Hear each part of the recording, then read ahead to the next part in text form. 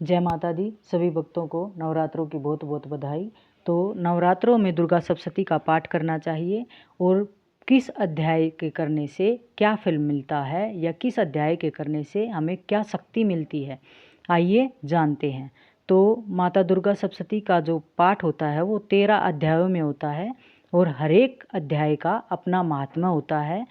कवच होता है, रक्षा कवच होता है और दुर्गा अर्गला स्रोत होता है। तो सभी के करने से क्या क्या फल मिलता है, आइए जानते हैं। संजू देवी के चैनल में आप सभी का स्वागत है। माता रानी की कृपा से आप सब ठीक होंगे, मैं भी माता रानी की कृपा से ठीक हूँ। तो जय माता दी। आइए शुरू करते हैं। माता के अध्यायों से क्या फल मिलता है।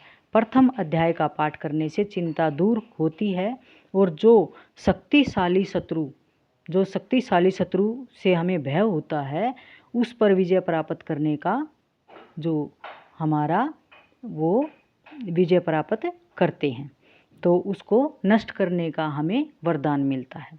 दूसरे अध्याय के करने से बलवान शत्रु द्वारा घर पर और भूमि पर जो हमारा कब्जा कर लेता है उस पर विजय प्राप्त करने का फल मिलता है।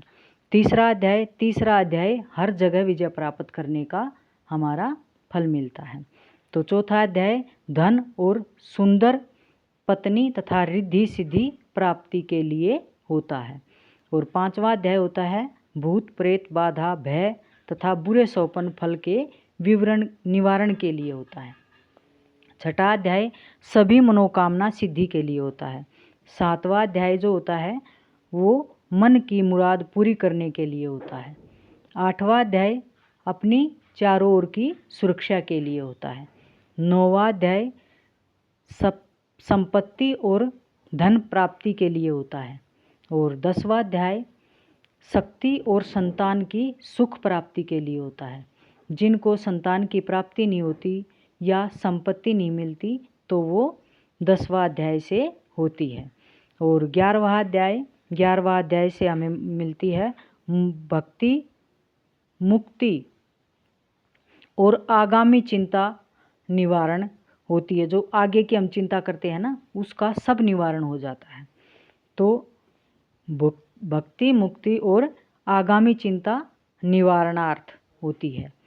12वां अध्याय रोग निवृत्ति और निर्भयता के लिए। जो हमारे शरीर के अंदर रोग लगे होते हैं वो सब रोग मिट जाते हैं। तो दुर्गा सप्तशती का पाठ बहुत ज़रूरी होता है। दुर्गा सप्तशती का पाठ ज़रूर करना चाहिए। मैं हर एक नवरात्रे में दुर्गा सप्तशती का पाठ करती हूँ। तो 12वां अध्याय होता है रोग निवृत्ति और निर्भयता के लिए, कहीं पर भी नहीं डरना। और 13वां अध्याय होता है इच्छित वस्तु, जो हमारे मन में इच्छा होती है ना उसको पूरा करने के लिए, इच्छित वस्तु की प्राप्ति के लिए। और यात्रा से पूर्व दुर्गा कवच का पाठ कर लेना बहुत उत्तम होता है। तो जो दुर्गा सप्तशती का हम पाठ करते हैं उससे हमें बहुत बहुत बहुत फायदा मिलता है। उससे हमारे जीवन में भी बहुत आनंद हो जाता है, शरीर के सारे कष्ट रोग मिट जाते हैं। तो हमें ज़रूर से भी ज़रूर दुर्गा सप्तशती का पाठ करना चाहिए। ज़्यादा तेज़ आवाज़ में भी नहीं करना चाहिए और ज़्यादा मंदी आवाज़ मन में भी नहीं पढ़ना चाहिए, क्योंकि थोड़ा सा ऐसा पढ़ना चाहिए कि घर में भी एनर्जी बने दुर्गा सप्तशती का पाठ करने से। और मतलब 2 पाठ रोज़ाना कर लें, पूरा ना कर सके तो एक बार। और अगर आपको टाइम है 3 पाठ कर लें, 4 पाठ कर लें। और दुर्गा का जो कवच होता है वो भी पढ़ना चाहिए, उसका भी पाठ करना चाहिए। और दुर्गा सप्तशती को कभी भी हाथ में लेकर नहीं पढ़ना चाहिए। आगे जो स्टैंड होता है, जो एक स्टैंड आता है उस पर लाल कपड़ा बिछाकर जप करना चाहिए। तो जय माता दी। माता रानी आप सब पर कृपा बनाए रखे, आपके बच्चों की सारी मनोकामनाएं पूरी हों, आपकी सारी मनोकामनाएं पूरी हों। तो जय माता दी। माता रानी आप सब पर कृपा बनाए रखे, बरसाए। जय माता दी। अगर आपको मेरी वीडियो अच्छी लगे तो चैनल को सब्सक्राइब करें और वीडियो को ज़्यादा से ज़्यादा शेयर करें, लाइक करें। जय माता दी।